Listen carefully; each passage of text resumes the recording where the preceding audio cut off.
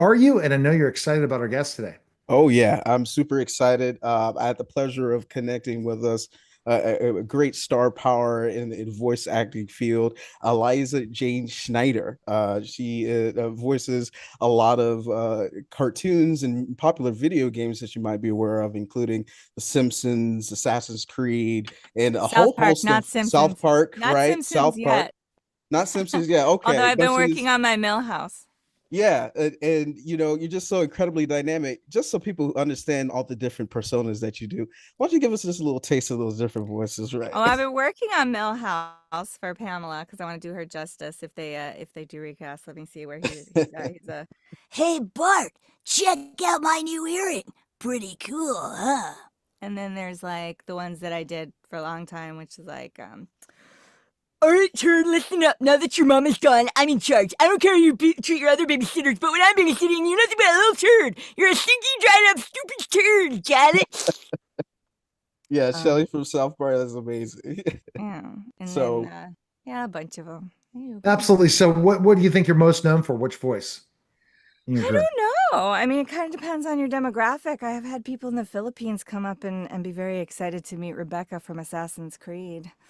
But I don't know. Like probably most of the South Park ones are the more like Wendy, like stay away from my man, or I'll whoop your sorry hoe ass back to last year. Bye, Miss Ellen. She's pretty popular. But I do Keira Knightley's voices for the Pirates of the Caribbean franchise. Yeah, I really don't know. That's not like I wouldn't know, right? And that's all about the branding, Eliza. That's a good Right. question to ask What you you because said. well, it's all about brand. I mean, who you interviewed next? That's me, right? I have to go Hmm. back to say that. And for you, it's what you're what most known for, but it changes based on demographic, it changes based on things. Video games were not we used to say, "Hey, I'm a video game voiceover person."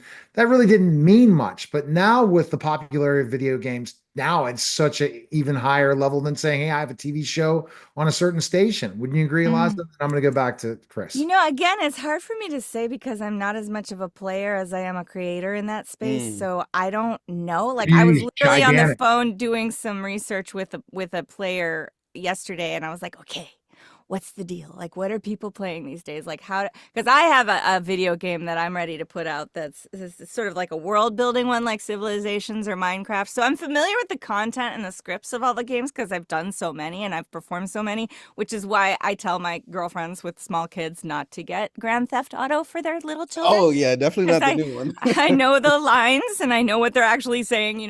But I don't know as much about how popular something is or how many people are playing which game.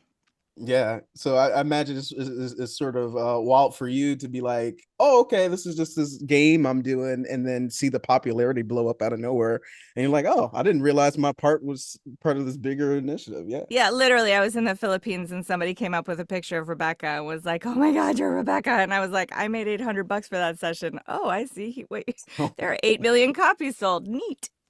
You know. Right. So aside from you just being an award-winning voice actress, you are also doing some incredible work with international and other voice actors and helping them train their voices and dialects Yeah, with competitive edge voice. Tell us yeah. about that and how you got started.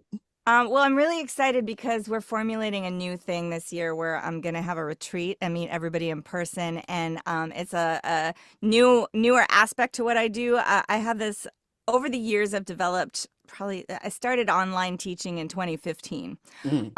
So before the sort of onslaught, and I've learned a lot, and I've learned how to, really effectively create this transformation in people and get people's voices out, both physically and, in the kind of humanities sense of the voice. Like I'm looking for the next Bob Dylan because I think we really need people who are visionaries and artists to get their voices heard right now.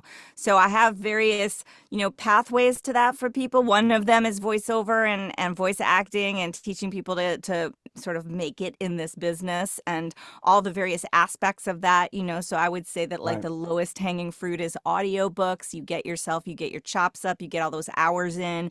Then the next most lucrative one or the one that has the most opportunities for work might be anime because that's Interesting. non-union mostly, and then you can move up to like the AAA games once you get your union card, and then you can start working towards animation. And commercials are sort of your bread and butter. That's how you get an agent. An agent won't even look at an animation demo without you having a commercial demo.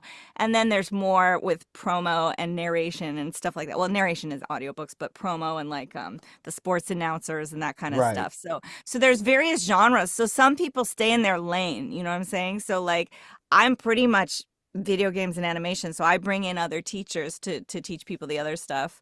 But the character acting program is like I think it's still the only like professional year-long training program where you graduate from theater school and you're like, I know how to hang lights and do Shakespeare, but you don't really know how to work in the industry. And I help people make voiceover their side gig while they're trying to be a movie star or whatever it is they're trying to be, Interesting, because whatever that's they're they're going to definitely need to do that because of how many projects could be out there, and specifically enough they're trained to be able to follow direction. That's a yeah, huge thing, absolutely. right? If you go and get somebody that does not follow direction, they're not going to be able to follow your direction and understand you're going to have to do 1,000 takes because that sometimes happens. Mhm. Yeah, and like one of the things, one of my industry, I conducted an industry webinar series with my friends and colleagues, like the voice of Bugs Bunny, Eric Bauza, and like the voice, like, and like Mary Elizabeth McGlynn, like actors and people who work and are casting directors and actually, are in this business. Deborah Wilson was one of my favorite, and we're gonna work with her again. I'm working with Andrea Toyas as well, who's like the Oh senior wow. casting associate at Blizzard, and she's going to be in person at this thing this summer. So it's very exciting to add that element to what I do. But mostly, there's a unique thing about what I do with people because, lately doing dialects and accents has become kind of sus with like cultural appropriation and all that stuff. But casting directors are always nowadays charged with finding someone who has this like ethnicity or has it in their blood somewhere, whatever they want Mm. them to do, whether it's Scandinavian or, Nigerian or Igbo or, BBO. And because I'm an expert at these dialects, because I've been studying it, I went across America in an ambulance like 10 times in 1993 recording Oh my people's dialects goodness. on a DAT man, and I never stopped. I've got 7,000 interviews on tape from all over the world, and I study them and I teach them. And so one of the unique things that actors face who are in this space of like utility voice and doing a bunch of different characters is, how do I authentically represent my 23andMe, my DNA, like whoever it is, whoever I'm a culture bearer for, and whatever characters I can do based on that. How do I accurately do that? Because there's some unique challenges when you're, number one, an expat in limbo. Like, say you're from South Africa living in Canada, you don't Right. sound like a native in South Africa anymore, and you don't sound like a native in Canada. And by definition, an accent is you can't tell the difference. You can't Right. hear it, right? So I teach them how to hear those things and separate those things out and be an expert, like make their sort of liability an asset. And then the other issue facing actors who are, for example, like Hapa, like my husband is half Japanese. He Mm. doesn't hear his mom's sounds as distinctive. They're just normal. It's just what he grew up around. Like for me, I grew up in Minnesota. That O is one of the hardest things for me to coach and hear because I grew up with it as normal. So while a casting director might be charged with, culturally having a culture bearer represent their culture, that culture bearer might have really unique challenges in how to actually figure that out and do that. So the ear training method that I learned as a Suzuki violinist at the Eastman School of Music when I was 7 is what I sort of adapted and applied to dialects, accents, and character voices. And so I've figured out a way to like help people with brain science, like really train their ears. It's really ear That's training awesome. so that you got like a dialect coach in your pocket, essentially. Right. And that's amazing. And to that point of that concept of a dialect coach in your pocket, tell me about kind of the vision that you have currently with competitive edge voice. I know we were speaking offline that you're planning on maybe potentially building a new platform with that. Mm. Yeah, we were talking about building an app, especially with voice recognition and all these things like Rosetta Stone does and stuff like that, because it's interesting, if somebody's speaking a different language at you, you can pop it into Google Translate. But if somebody has such a thick accent that you can't understand what they're saying, there's no Google Translate for that. So by the same token, you know, as coaching dialects, a specific dialect to somebody, I can coach somebody with a specific dialect to speak with a neutral American or neutral British accent. And so that's the app that I was thinking of creating, where like essentially you would have a dialect coach in your pocket. Yeah, Well, and then you know, me and Neo love AIs, right? So we talk about all the time, like how could we integrate AI with that? And I could definitely see it to where, yeah, you maybe have a prompt that they do in a certain dialect, and then the AI sort of judge against it, and then like, okay, Mhm. still need some help, then Well, come to and I come think to it's Eliza. problematic to say in this space and voiceover space that you love AI. yeah, that was about that's why I'm not mentioning it. Well, Yeah, let's This not see, even not. get I into dealt with the specifics. whole actor strike and everything, Eliza, the Mhm. people I interviewed, and I try to tread water when it Oh, we're comes still to on strike. yeah. We're still on strike. I still have that as my Facebook profile, you know, in solidarity. Or But which strike is going on now? You don't the think it's video the games. video? Ah, Video okay. video games are still on strike.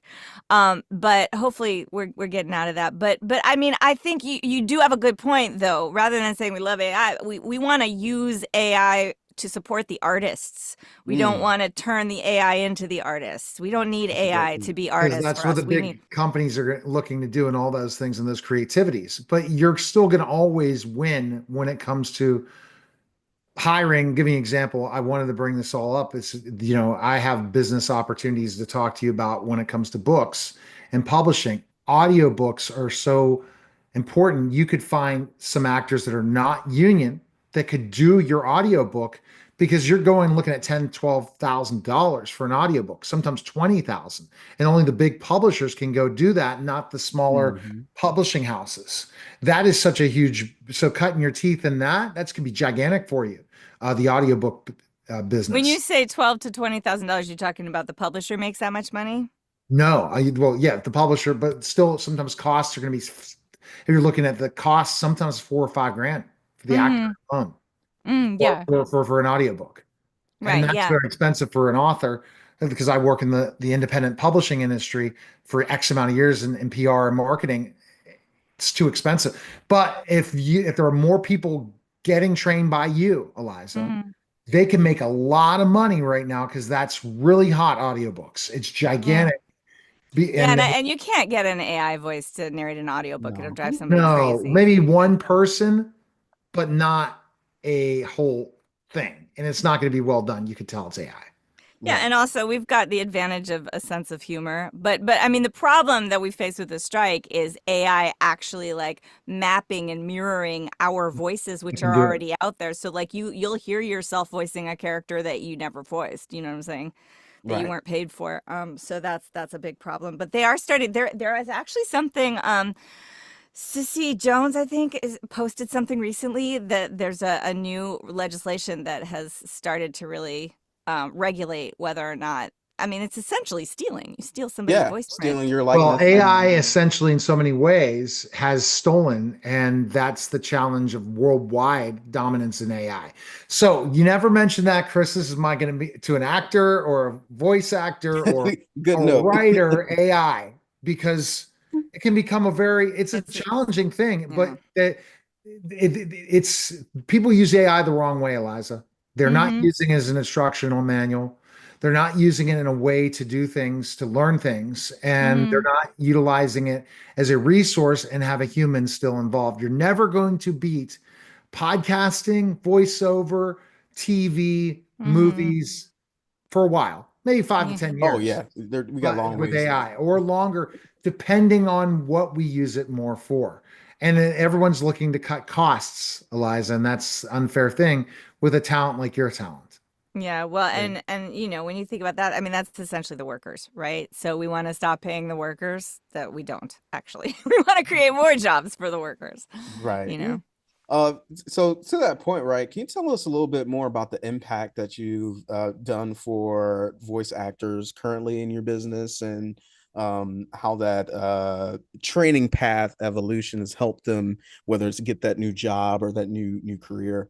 Uh, Oh my gosh, I get my my DMs pop all the time with my students. They're like, I was just talking to a guy today who's like, he made his entire living doing audiobooks last year, and he took my Wow. course because I was asking him, what was it about? Because I stopped actually teaching that course last year because I wanted to just perform on stage. I just missed the stage, so I toured with my one-woman show throughout Scandinavia.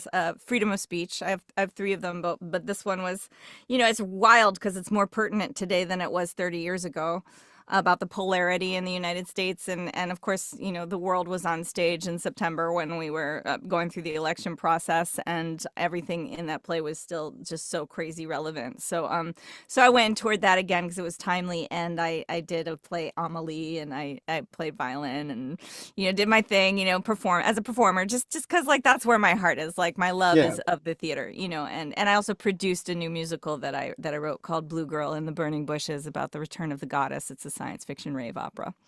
So I'm looking to make that into a film, a series, and a video game where people learn. And if Jane Fonda is listening, I love you, and I love the speech that you made at the SAG Awards, and I believe in you, and I want you to voice a character in my video game. Well, Um, that means just finding one person to Jane Fonda. That's why by doing this show and interviewing so many celebrities, I'm one step from every major star. So well, I mean, I'm talking, I want Lily Tomlin to do the voice of Gaia, and I want Jane I'm to good be her friends with psychiatrist. One of Lily's friends, Kat Kramer. I'm good friends with Oh, well, Catherine cool. Kramer, and Well, Catherine Kramer is really good friends with Lily. So, yeah, yeah. Well, I think she would be a tremendous Gaia. And it's all about saving Gaia, saving the planet, right? So Ah, that's the love idea. that. So, Anyways, I went on a tangent, but you were asking me about my school. So I took a break from the school, and I started asking all my students, okay, what was it about the school that you miss, And I mhm. think what they miss the most was just the ear training method. Actually, it's Mm. a proprietary looping method that trains your ear so that not only can you do different dialects and accents, but you could do any different character voice that you want, and you could really hear yourself in a way that they just couldn't hear themselves before. So they were able to really expand their repertoire and just book more jobs. It gave them confidence. Uh, Awesome. because they got so much mic time. And also something that actors don't necessarily realize when they're graduating from theater school about voiceover is it's all cold reading all the time. And Mm. cold reading chops are very different than acting chops. And I was even talking to one of my former students this morning about that. And he was like, well, I would have liked a little bit more time to prepare. And because I'm looking at a script and I'm like, I could do my best work if I had more time to prepare. And I'm like, honey, you never have any time to prepare. Even when you're doing an animation, an ensemble piece, like even in some of these well-supported Hanna-Barbera style, like Batman, when I did that one, everybody was there, the whole cast was there, but they put that new script right in front of you right before you record. You don't have time to look through And that it's just stuff. like for you just got to be ready to turn that button on and hit Mm-hmm. the go the game button. on. All Yeah. right. Mm-hmm. All right. So for our listeners and viewers out there, Eliza, you have an opportunity for them to be trained by you. Yeah. How can they do that?